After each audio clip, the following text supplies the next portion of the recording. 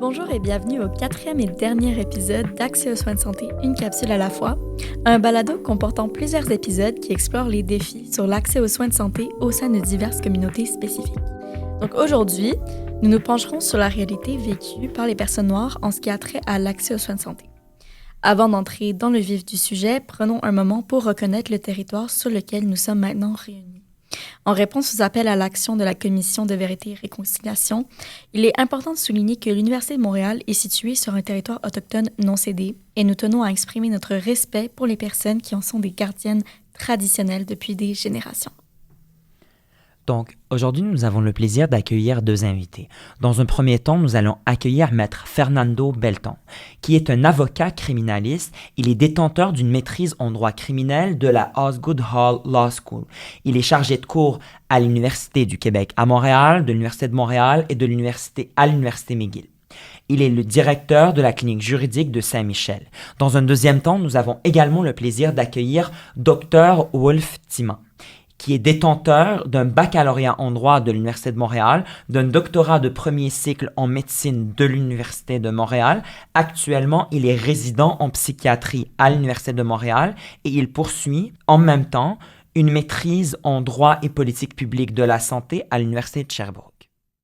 Donc, bonjour, Dr. Timan et Maître Belton. Merci d'être là avec nous aujourd'hui. Pour commencer, on voulait éclairer un peu une notion qui va revenir tout au long de notre épisode. Pourriez-vous nous définir ce qu'est le racisme systémique? Est-ce qu'on a 3 heures? Combien de temps on a?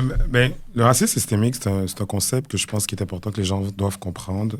C'est un concept qui fait référence à des différences de traitement dans plusieurs secteurs. Il y a beaucoup de fois, on mélange racisme systémique et le racisme systématique. C'est-à-dire, on n'est pas en train de dire, quand on parle de racisme systémique, que chacun des individus dans un système X ou Y ont un comportement justement raciste, mais c'est plutôt de dire la façon dont le système il est construit. Il produit des effets qui vont faire en sorte qu'il y a des différences de traitement. Donc, une des choses qu'on peut se rendre compte, notamment, on parle de logement, on parle par exemple, avec les interventions routières, on parle avec la police, dans les emplois. Plus particulièrement pour ce qui nous intéresse aujourd'hui, le système de santé, il n'est pas hors de ce qu'on est en train de parler. Dans la façon que le système de santé est construit, oui, il y a des différences de traitement. Puis, quand on veut lutter contre le racisme systémique, c'est justement d'adresser les enjeux et les façons dont ça se manifeste et puis essayer de corriger le tir. Maître Belton, on peut Oui. Fernando, ça va. On se connaît, Fernando. Docteur Timan. Fernando, je pourrais pas être plus éloquent que ce qu'il a fait, là. Mais comme médecin, pour moi, c'est important quand même de vous dire que dans le terme racisme, il y a le mot race, hein, évidemment. Puis, ce qui est important de savoir, c'est qu'il n'y a pas d'assise biologique pour justifier l'existence de ce concept de race-là. D'accord? Mais veut pas, malheureusement, c'est un fait social qui fait en sorte que dans certains contextes, que ce soit politique, culturel, on se retrouve avec une situation où il va y avoir une hiérarchisation de certains groupes. Malheureusement, évidemment, ça a des conséquences absolument délétères dans toutes les sphères de la société, mais en matière de santé, c'est particulièrement préoccupant parce qu'on parle de la vie des individus. Dans le fond, c'est justement comment le racisme systémique se matérialise, se manifeste justement dans le milieu médical. Mm-hmm. Écoutez, là encore, je pourrais en parler très, très, très longtemps. Je vous dirais que cela se manifeste littéralement dans toutes les étapes de soins, d'accord? Donc, tant au niveau de l'accès, tant au niveau du diagnostic que des décisions de traitement ou même de l'administration de ce traitement-là une fois que ça a été décidé. Moi, un des cas qui m'a... En fait, il y a plusieurs cas qui m'ont marqué là, récemment là, au Canada puis au Québec, mais il y avait ce rapport-là, je ne sais pas si vous vous souvenez, en 2022, qui parlait du fait qu'il y avait plus de 20 femmes autochtones qui ont été victimes de stérilisation forcée. D'accord? Ça, c'est quelque chose qui m'avait énormément parlé parce que, quelque part là-dedans, je ne pense pas que c'était des individus qui, individuellement, étaient racistes. Clairement qu'il y avait quelque chose, que ce soit au niveau de la culture, que ce soit au niveau de la formation de ces médecins-là, qui a fait en sorte qu'ils ont trouvé que c'était justifiable pour eux, ou bien pour elles, de stériliser une personne sans son consentement. Quelque chose que vous allez probablement moins entendre, mais qui, pour moi, c'est très, très important que vous sachiez que ça existe toujours. Donc, lorsqu'on parle en médecine, il va y avoir beaucoup certains algorithmes qui existent, notamment par rapport à certains tests de laboratoire. Le classique, c'est lorsqu'on vient pour aller tester le fonctionnement des reins, fait qu'on va mesurer ce qu'on appelle le débit de filtration glomérulaire. Ce qui est important de savoir, c'est que jusqu'à présent, il y a une espèce d'indication dans ces tests de laboratoire-là qui dit que si c'est une personne noire, il faut corriger ce test-là. Le problème avec ça, c'est que la littérature semble pas convaincue de la nécessité, en fait, de cette correction-là. En fait, pire encore, les études récentes, notamment une étude de 2019, tendent à démontrer que possiblement que cette espèce de correction qu'on vient faire pour les personnes noires fait en sorte que ils vont avoir en fait certaines maladies qui vont être détectées beaucoup trop tard, des maladies au niveau rénal. Donc, ce qui fait en sorte qu'il va y avoir des conséquences graves, y compris au niveau de leur capacité à avoir accès, par exemple, à de la transplantation rénale. Donc, quand on parle de racisme systémique, comme Fernando l'a bien expliqué, on ne parle pas juste d'un contexte individuel. On parle de situations où c'est souvent bien accepté, c'est souvent non intentionnel, mais malheureusement, ça a des impacts significatifs et concrets sur la vie de ces individus-là. Si vous me permettez de vous relancer, par rapport spécifiquement, si on continue la même thématique et on parle du personnel médical, est-ce que le personnel médical, que ce soit les infirmiers, les infirmières, les préposés aux bénéficiaires, les PAB, est-ce que vous pouvez peut-être nous parler de ça? Oui, écoutez, moi, je peux vous parler aussi de mon expérience en tant qu'homme noir, médecin. C'est un racisme que j'ai subi à la fois de la part des patients, mais aussi de la part du personnel. Okay? Je me souviens, en fait, quand j'étais étudiant en médecine, j'étais rentré dans la chambre d'un patient, puis j'allais faire mon évaluation comme à l'habitude, puis le patient, il me regarde, puis il dit... les foncés comme toi, là, habituellement, je m'excuse, là, ça nous torche le cul. Le cul. OK, on va se faire les vraies affaires. Okay? Merci, merci. Je l'ai dit trop fort. J'essaie d'être politiquement correct, comme on dit. Le micro était un peu trop élevé. Mais malheureusement, c'est ce qu'il me dit, puis il n'a pas arrêté de me faire des commentaires racistes tout le long. Là. Ouais. Et moi, j'étais un petit étudiant en médecine qui voulait juste faire ma job. J'étais à l'urgence, ma première journée, et je ne savais pas quoi faire. Ça, c'est un premier exemple. De la part en fait, le classique que j'ai eu aussi, c'est que, je rentre dans une chambre, j'ai mon stéthoscope autour du cou, et là, on me tend une poubelle, par exemple, parce qu'on pense que je suis quelqu'un de l'entretien ménager. Pourquoi je me reconnais dans ce que tu dis? Te reconnais, j'ai aucun doute. Avez-vous des exemples, M. Belton? Ben, écoute, je me rappelle, j'étais à Québec, je marche, j'étais en saute, je m'en vais faire mon interrogatoire. Là, quelqu'un me dit « Ah, vous êtes l'interprète dans le dossier ?» J'étais comme « Non, je suis pas l'interprète, là. Il n'y a pas d'interprète dans le dossier. » Puis des fois, c'est la façon dont on est traité. Puis c'est dur, tu sais, dans le milieu juridique, une des choses, c'est qu'à cause du respect de la magistrature, etc., il y a des choses que je peux pas relater, il y a des choses que je peux pas dire, mais moi, j'ai déjà vécu de la violence en salle, de la part de membres de la magistrature, de la façon dont je me fais parler. Puis c'est dur parce que comment tu fais pour attribuer ça nécessairement à la couleur de ta peau? Exact. C'est très insidieux, puis c'est ça que les gens doivent comprendre. Ouais. Mais la différence de traitement, on la sent, on la voit, c'est pas quelque chose dans notre tête. C'est quelque chose de très concret, de très visible. Mais ce que je trouve dommage, c'est que justement, souvent, les personnes qui le subissent, les personnes racialisées comme nous, là, souvent, justement, il y a cette espèce de questionnement-là, cette espèce de doute-là. OK, est-ce que c'est dans ma tête? Est-ce que c'est à cause de ma couleur? Oui, en même temps, il ne traite pas mon collègue qui est à côté de cette façon-là. Donc, c'est quelque chose que Fernando l'a bien dit, là, c'est très insidieux, mais c'est aussi que toi, comme professionnel, tu es constamment en train de te remettre en question. Et ça, je trouve ça très, très violent. Ouais. Si on parle spécifiquement par rapport à la patientèle, est-ce que vous avez vu des exemples où les patients noirs vivent, eux, le racisme systémique? Ça, c'est une question complexe. Je pourrais vous en parler à travers sous différents angles, notamment. En fait, je vais vous donner un exemple. On vous écoute. Encore une fois, moi, ma spécialisation, c'est la psychiatrie, fait que c'est ce que je connais. Là. Il y a, je ne sais pas si vous allez être surpris, mais si je vous dis que l'empathie est fortement...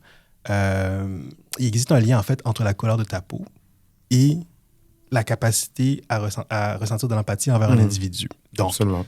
le classique, évidemment, selon les études, par exemple, une personne blanche, très souvent, va avoir moins d'empathie envers une personne à la peau noire, par exemple. Ça, c'est quelque chose qui est problématique. Okay? C'est quelque chose qui est problématique à bien des égards, mais moi, je peux vous le dire, c'est problématique en psychiatrie, notamment par rapport au diagnostic. Moi, comme docteur, mon diagnostic à moi, ça ne va pas forcément se faire à travers... je vais faire des imageries puis des bilans, mais c'est souvent pour éliminer certaines pathologies. Mais moi, c'est un diagnostic clinique. Donc, qu'est-ce qui peut se produire lorsque tu manques d'empathie envers un individu du fait de la couleur de sa peau, son Peut-être pour ethnicité? les gens qui nous écoutent, Ouais. est-ce que vous pourriez nous définir c'est quoi l'empathie? Je m'excuse. Mais l'empathie, okay, pour faire ça simple, okay, c'est la capacité d'un individu à se mettre à la place d'un autre individu pour essayer de comprendre qu'est-ce que cette personne-là ressent à ce moment-là. Ça, c'est très important parce que, notamment... C'est pas la sympathie.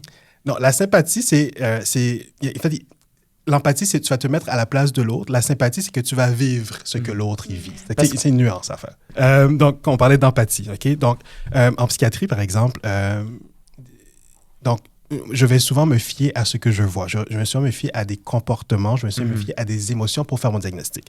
Donc, un individu, par exemple, qui manque d'empathie, son empathie serait limitée là, envers un autre individu.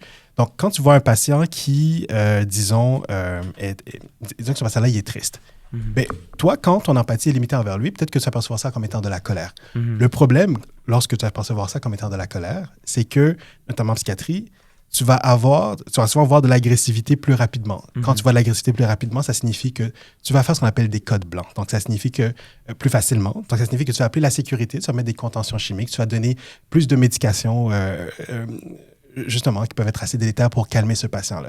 Donc, le cas classique également, par exemple, un patient qui a peur. Bien, l'empathie, encore une fois, s'il est limité, peut-être que toi, tu vas percevoir ça comme étant une forme de délire paranoïde, par exemple. Et ça va avoir un impact sur le diagnostic que tu vas faire, mais aussi sur la façon dont tu vas te comporter envers ce patient-là, puis tes décisions de traitement par la suite. En parlant de ça, j'avais une question pour vous. Est-ce que la communauté noire est sous-représentée ou surreprésentée dans le diagnostic de certaines maladies mentales? C'est une question, honnêtement, qui est assez complexe, mais la réponse est oui. Okay? Moi, je travaille principalement à Montréal, puis à Montréal, les personnes noires sont surreprésentées au niveau de certaines maladies psychiatriques très, très, très, très sévères. On va parler de maladies psychiatriques telles que la schizophrénie. La schizophrénie, pour vous donner une définition, là, c'est une maladie du cerveau qui est chronique, dans laquelle un individu va perdre contact avec la réalité. D'accord? Donc, il va avoir des délires, il va avoir des hallucinations, il va avoir des gros troubles cognitifs qui vont faire en sorte que cet individu-là, souvent, il est difficilement fonctionnel dans la société. Donc, c'est vraiment très, très, très grave comme diagnostic. Ça vient avec toutes sortes de stigmates, toutes sortes de médications. D'accord? Les personnes noires sont souvent surreprésentées dans ce diagnostic-là. Pourquoi? Est-ce que c'est la génétique? Pas forcément. Je ne sais pas si vous êtes surpris là, d'entendre ça, là, mais ce n'est pas forcément la génétique qui explique ça. En fait, ça m'amène peut-être à vous parler d'un concept que peu de personnes connaissent. C'est l'impact des traumatismes, l'impact du racisme, l'impact de la pauvreté sur le développement de la maladie mentale. D'accord? Il existe une théorie qu'on appelle la théorie de la défaite sociale. C'est une des explications pour expliquer notamment l'origine de la schizophrénie chez certains patients. Donc, quand tu prends un Haïtien qui vient d'Haïti, tu l'amènes au Canada, ses chances de développer une maladie grave comme la schizophrénie augmentent de 2 à plus que 10 fois. Pourquoi? Ben, c'est parce qu'il y a le fait que cet individu-là soit déplacé de chez lui, le fait qu'il vive la pauvreté, qu'il vive le racisme, qu'il vive la discrimination au quotidien, ça vient d'avoir un impact direct sur l'anatomie de son cerveau. Et cette anatomie-là fait en sorte justement que cet individu-là, qui n'aurait peut-être pas développé cette maladie-là, va finir par le développer. Savez-vous c'est quoi le pire, encore une fois? C'est que il y a ce qu'on appelle l'épigénétique, c'est qu'il va y avoir un changement au niveau de la génétique de cette personne-là, et là, elle va le transmettre aux prochaines générations. Mais je me demandais aussi, est-ce que l'impact, ça a aussi comme rapport avec l'individualisme de l'Occident? C'est une bonne question. Je dirais que probablement que ça fait partie des stresseurs importants. Là. Puis, veux pas... Moi, j'ai immigré d'Haïti. J'ai immigré d'Haïti vers l'âge de 8 ans.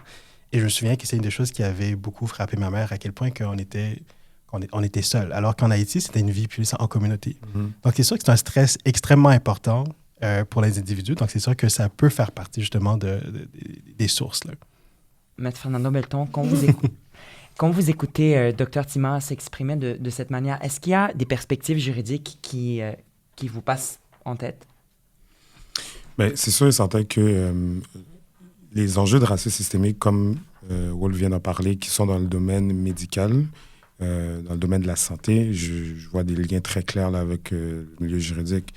Il y a une chose que je pense qui est important que tu as dit, que j'aimerais souligner, c'est que quand on parle de discrimination en milieu médical ou de racisme médical, souvent, on le voit par rapport aux patients, mais j'aime beaucoup l'angle que tu emmènes parce que c'est une réflexion que j'ai eue et sur laquelle je veux qu'on travaille notamment dans notre projet au sein de la CGSM là-dessus. C'est tout le volet qui concerne, bien entendu, le personnel de la santé. Je peux imaginer, par exemple, j'avais lu certaines statistiques au niveau du nombre de personnes noires qui étaient admises en médecine à l'Université de Montréal. Je pense que la dernière fois que j'avais vu les chiffres, c'était environ... On parle même pas d'1%, on parle d'environ 1 personne sur 300. Puis ça, c'était notamment le but de pouvoir faire augmenter... Il y a des programmes qui sont mis en place justement pour amener un peu plus de diversité. Ouais. Parce qu'un peu plus de diversité dans certains domaines, ça amène une sensibilité aussi qui est différente par rapport aux enjeux. Moi, personnellement, qui est haïtien, je suis né au Québec, mais il y a des réalités. J'ai été élevé dans une culture haïtienne. Il y a des réalités que mes clients vivent, que je suis capable de comprendre, que je suis capable d'adresser beaucoup plus facilement que certains collègues, justement, qui ne connaissent pas cette réalité. Juste la question de la langue. c'est une première. J'ai déjà vu plusieurs fois comment la barrière de méfiance, elle s'abaisse quand tu t'adresses dans la langue d'une personne. Ouais. Puis je peux imaginer que peut-être pour toi, c'est la même chose. Si tu traites des clients, des patients qui sont haïtiens, tu leur parles en créole pour juste descendre la tension, descendre la méfiance, parce que des fois, autant comme docteur que comme médecin, comme docteur ou comme avocat, c'est pas toujours les meilleures nouvelles qu'on emmène aux gens. Donc, il y a une façon d'approcher le tout. Donc, puis, quand on parle de diversité dans le milieu juridique, mais il y a un enjeu aussi là-dessus. On a un projet notamment à la clinique juridique de Saint-Michel qui s'appelle Accès à la profession. Puis, une des choses qu'on essaye de faire, c'est justement de faire en sorte que d'aller dans les écoles secondaires, d'aller dans les cégeps, et puis de parler aux jeunes de la profession juridique et de s'assurer que les personnes, par exemple, qui n'ont pas nécessairement eu des médecins, des avocats, des ingénieurs dans leur famille, puissent se dire c'est accessible. Peut-être les gens ne comprennent pas qu'est-ce que ça veut dire, mais moi, ma fille, elle a 10 ans, elle se voit comme avocate. Elle comprend que pour elle, c'est quelque chose de facile, de simple. Mais je n'avais pas ça quand j'étais jeune. Si moi, je me disais je voulais être avocat, je n'avais pas de repère, je n'avais pas de mentor.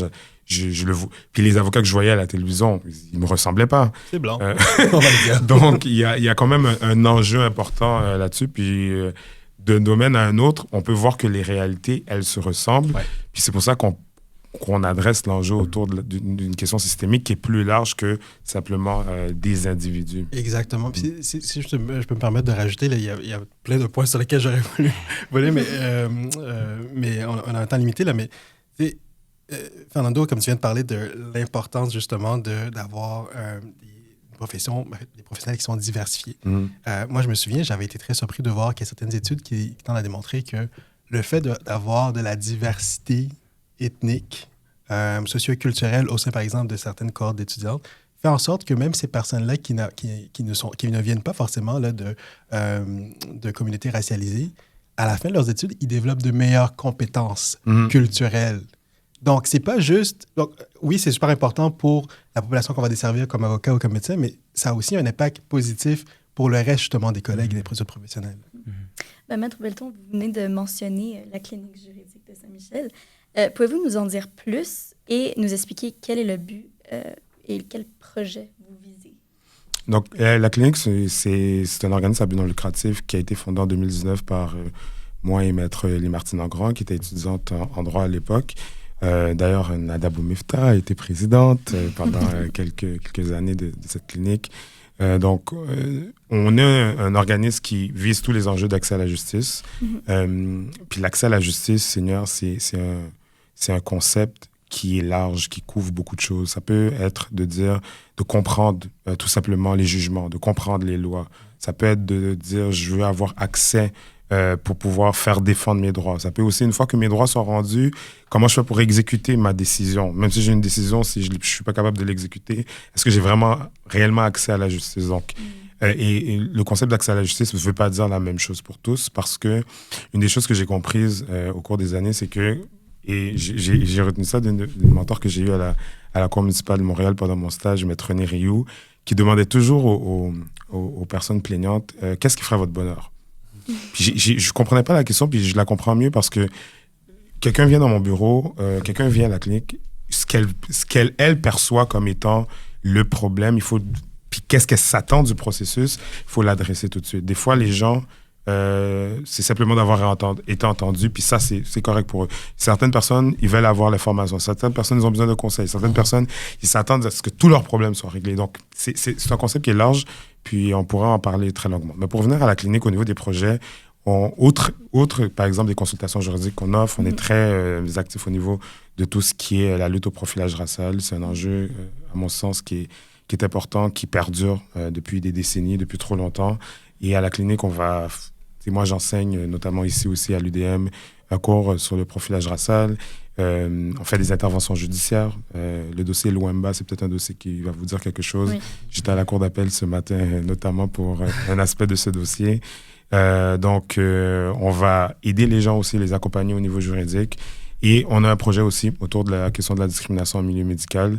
On a développé un guide d'accompagnement pour les personnes qui en sont victimes. Donc, de sorte que vous puissiez savoir c'est quoi, comment ça se manifeste, mais surtout quels sont vos recours si ça arrive. Puis, au bout du processus, on aimerait ça pouvoir offrir de l'accompagnement pour les personnes qui sont victimes. Mais une des choses et une des barrières qu'on a remarqué qu'il y a, c'est que c'est très difficile pour les gens de parler de ces traumas-là.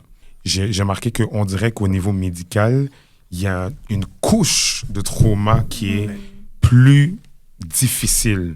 Moi, je me rappelle quand on préparait, on a eu un événement 2022 où est-ce qu'on préparait des témoignages, Wolf était là, Nada était là, et je me rappelle, parce que la salle de conférence à la clinique est comme adjacente à mon bureau, puis j'entendais les gens pleurer, puis j'entendais les émotions, puis c'était très, très, très difficile. Donc, il y a encore beaucoup de travail à faire, simplement au niveau de l'information, puis c'est là-dessus qu'on travaille présentement.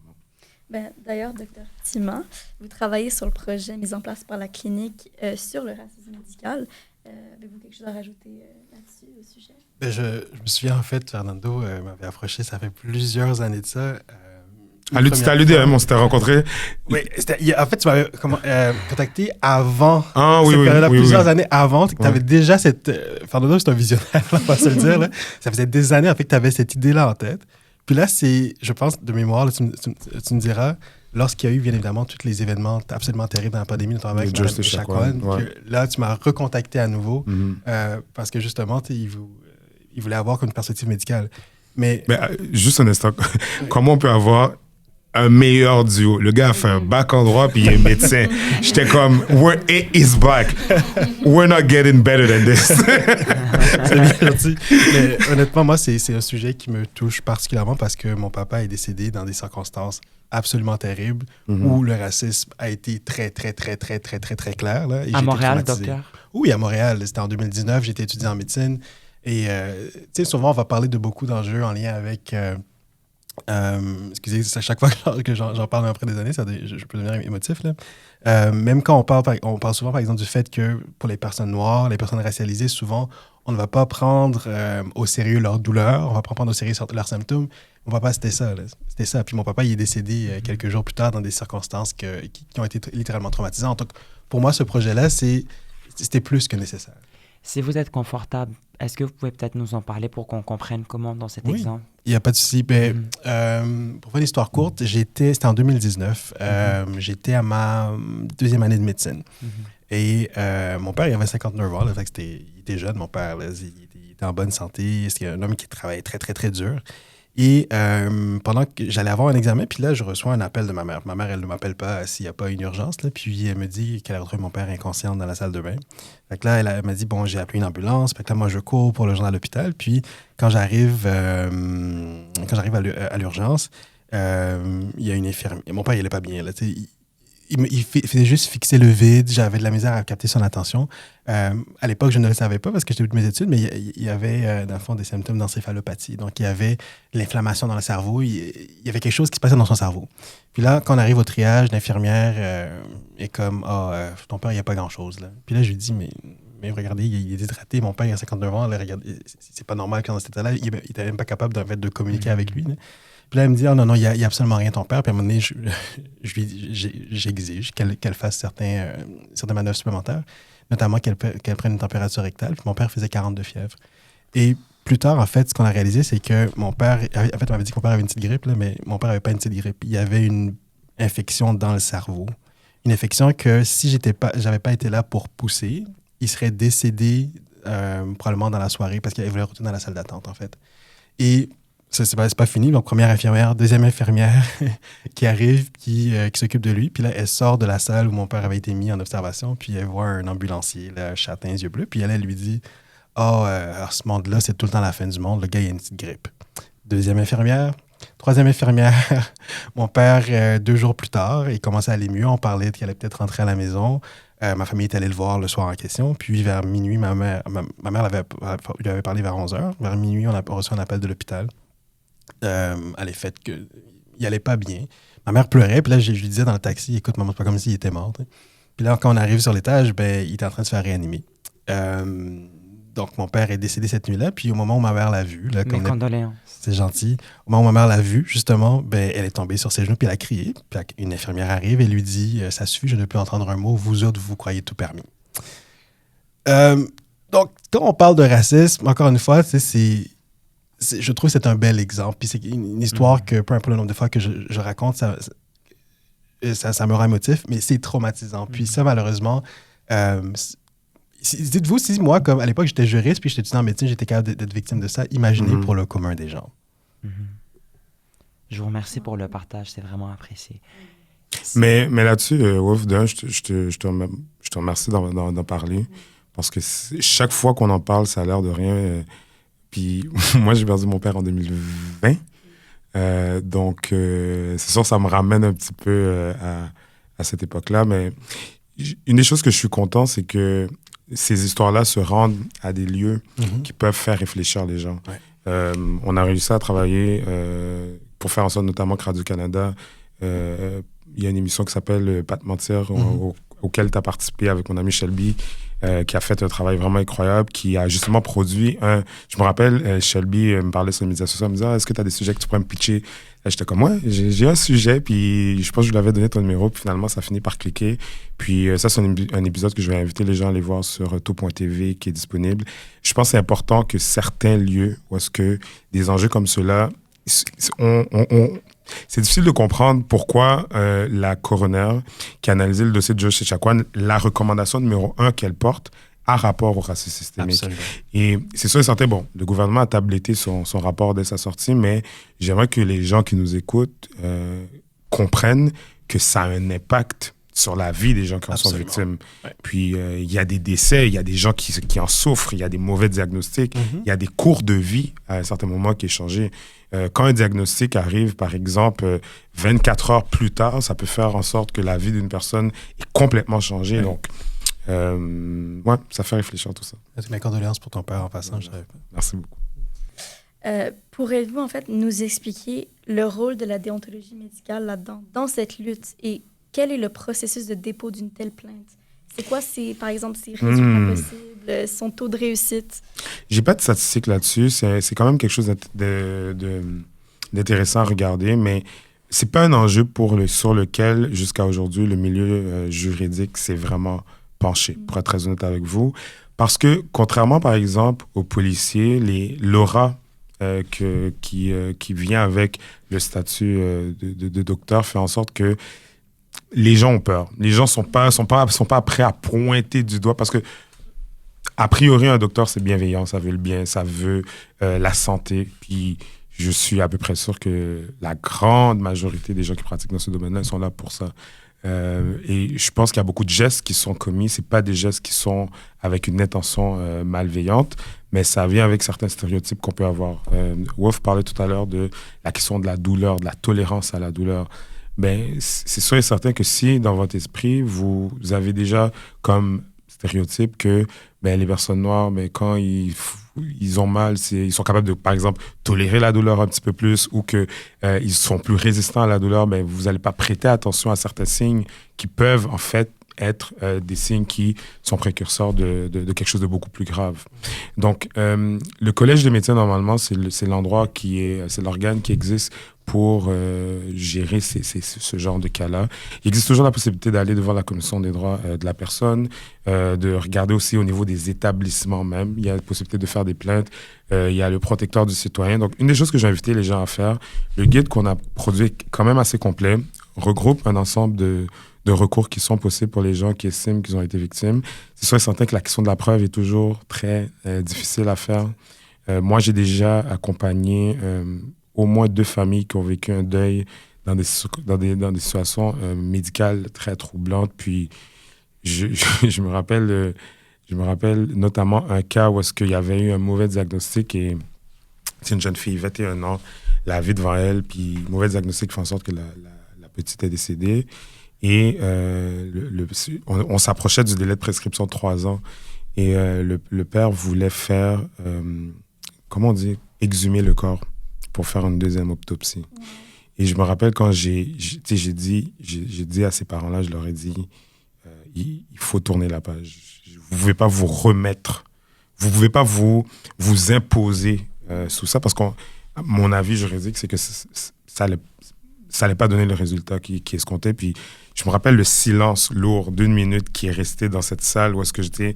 Pour eux, là, quand ils quittaient mon bureau, c'est que c'était fini. Leur fille était morte, puis il n'y avait rien qu'ils pouvaient faire. Donc, je pense qu'on doit se poser ces questions-là, même si c'est difficile, même si on croit à la bienveillance du corps médical, puis j'y crois sincèrement. Mais pour en avoir déjà vécu des situations particulières, pour en avoir déjà vu et pour avoir recueilli des témoignages, je veux que les gens comprennent que ça existe. On n'est pas en train de parler de cas. C'est un concept qui existe. Aux États-Unis, c'est beaucoup plus documenté. Mais je pense que le cas de Joyce Echaquan, si Mme Joyce n'avait pas eu, à ce moment-là, si elle n'avait pas parti cet enregistrement, si on n'avait pas entendu les commentaires qui étaient faits avant qu'elle décède, personne, ça aurait été une personne parmi un autre décès parmi un autre qu'on aurait classé dans la catégorie personne autochtone qui était sûrement folle, qui était sûrement intoxiquée. Tandis que non, c'est le comportement du corps médical. Puis, vous savez quelque chose? Je défie une personne. Je pense ici, il n'y a personne qui connaît le nom de ces infirmières. Je pense qu'autour de la table, là, personne ne le connaît. Je pense que dans le milieu journalistique, les gens ne connaissent pas le nom des 2 infirmières. C'est quelque chose... Et leur nom est public. Puis posez-vous une question, pourquoi? C'est pas pour rien. Tandis que je vous garantis que si ces personnes-là, par exemple, c'était 2 infirmières haïtiennes, je suis à peu près sûr qu'on aurait leur nom et leur visage en tête de manière très claire. Absolument. La question seulement, sans même avoir la réponse, la question seulement devrait nous faire réfléchir sur comment on perçoit certains enjeux. Pour vous relancer sur ce que Maître Belton vient de nous présenter, quand on parle des données, quand on parle des recherches qui pourraient permettre de convaincre d'une manière solide qu'il y a présence du racisme anti-noir, comment est-ce que cela s'explique qu'il y a un manque de telles données, à votre avis? Je vais vous donner un exemple de l'importance des données. Là. Il y avait une étude en 2021, il me semble que c'était en Ontario, je ne vais pas dire n'importe quoi, qui semblait suggérer que le taux de mortalité dû au cancer du sein, du côlon ou bien du rectum était beaucoup plus élevé chez les personnes noires que chez les personnes blanches.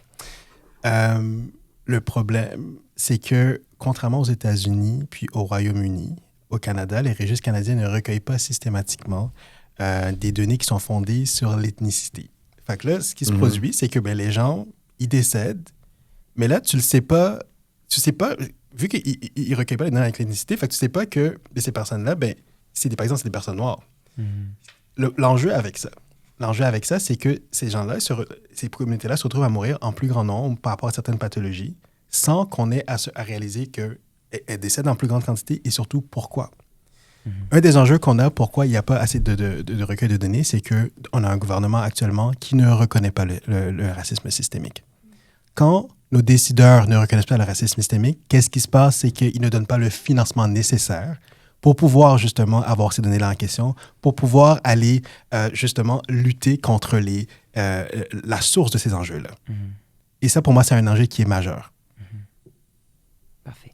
Si vous me permettez de parler de gynécologie, parce que j'estime que c'est un sujet qui est important, est-ce que vous pouvez peut-être nous expliquer en quoi le racisme systémique en santé affecte-t-il différemment les femmes noires dans le domaine de la santé reproductive? Alors ici, je vais faire preuve d'humilité en vous disant que je ne suis pas gynécologue, mais bien spécialisé en maladies mentales. Par contre, aux États-Unis, c'est bien connu. Aux États-Unis, c'est bien connu que les femmes noires décèdent en grande quantité comparativement aux femmes blanches, par exemple. On va parler d'un taux de décès de 3 fois plus élevé que les femmes blanches. Il y avait une étude de l'Université McGill, donc en contexte canadien, qui suggérait, je pense en 2016 justement, que le taux de naissance prématurée chez les personnes noires était plus élevé. Donc je pense quelque chose de 9% versus 6% là, comparativement aux femmes blanches. Encore une fois, on ne sait pas pourquoi. Au Québec, malheureusement, un des enjeux qu'on a, c'est que toutes les données en lien avec la santé générale, la santé gynécologique et obstétrique des femmes noires, c'est nettement sous-exploré, notamment à cause du manque de données, comme on vient d'en discuter. Il y avait eu un rapport là, qui était sorti il y a quelques années là, en lien avec justement sur la santé gynécologique obstétrique des femmes noires au Québec. Et ce qui semblait suggérer justement qu'il y avait une certaine nonchalance là, de la part justement du corps médical à l'égard des femmes noires par rapport à ces questions-là. Puisque ça, malheureusement, ça peut entraîner plusieurs enjeux majeurs, notamment là, pour un retard au niveau de certains diagnostics. Les femmes noires sont très souvent surreprésentées par rapport à tout ce qui est fibrome utérin, par rapport à tout ce qui est endométriose. Et malheureusement, il y a vraiment des retards en lien avec ça. Puis l'enjeu ici, c'est que, en fait, on n'a pas parlé à ce présent, mais il y a toute la question de l'intersectionnalité qui est très, très importante. D'accord? Donc, déjà là, l'endométriose, pour donner un exemple, c'est quelque chose qui affecte 10% des femmes au Canada, d'accord? Juste pour notre auditoire, c'est quoi l'endométriose? Je m'excuse encore une fois. Merci de me rappeler. L'endométriose, c'est une maladie, en fait, du système reproductif féminin où ce qui se va se produire, c'est que tu vas avoir c'était à ton utérus, OK? L'utérus, c'est là où le bébé grandit, là, quand il y a un bébé. À l'intérieur de l'utérus, il va y avoir en fait une espèce de tissu, une espèce de couche qu'on appelle l'endomètre. Okay? Ce qui se produit chez certaines personnes, 10% des femmes, c'est que tu vas avoir la présence de ce tissu-là en dehors de la cavité utérine, en dehors de l'utérus.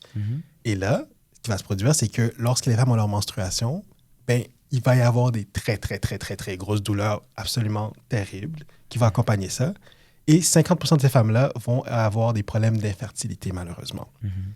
Il y a un gros retard en général par rapport au diagnostic. Plusieurs hypothèses en lien avec ça, notamment parce qu'on va minimiser les douleurs menstruelles chez les femmes.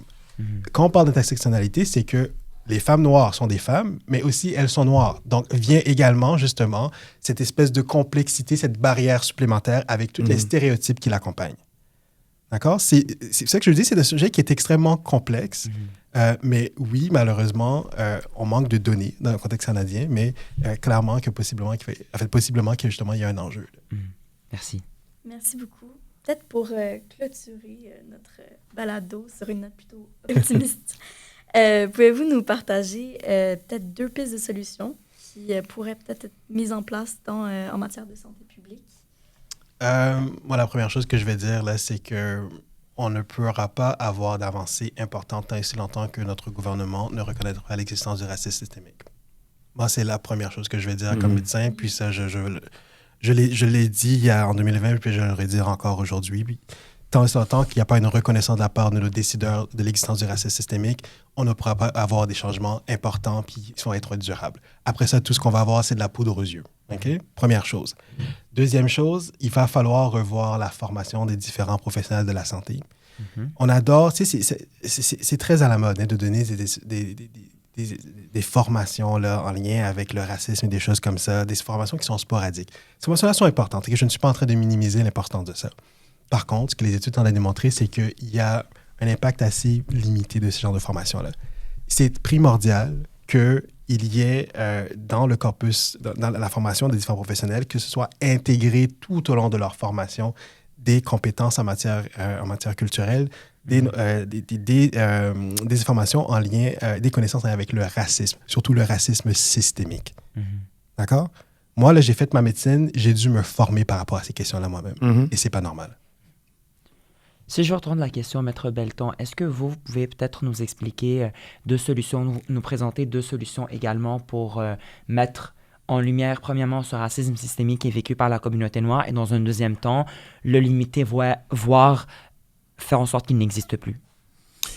Une des choses que je pense qui est importante, c'est de ne pas politiser cet enjeu-là. C'est-à-dire que je me suis rendu compte en travaillant sur les enjeux de discrimination qu'on travaille souvent au gré des gouvernements qui sont en place, au gré de leur compréhension de cet enjeu-là, au gré aussi de l'acceptation qu'ils ont de comprendre leur manifestation. Puis je trouve quand même que c'est dommage parce que les enjeux qu'on a soulevés aujourd'hui, beaucoup d'entre eux sont documentés.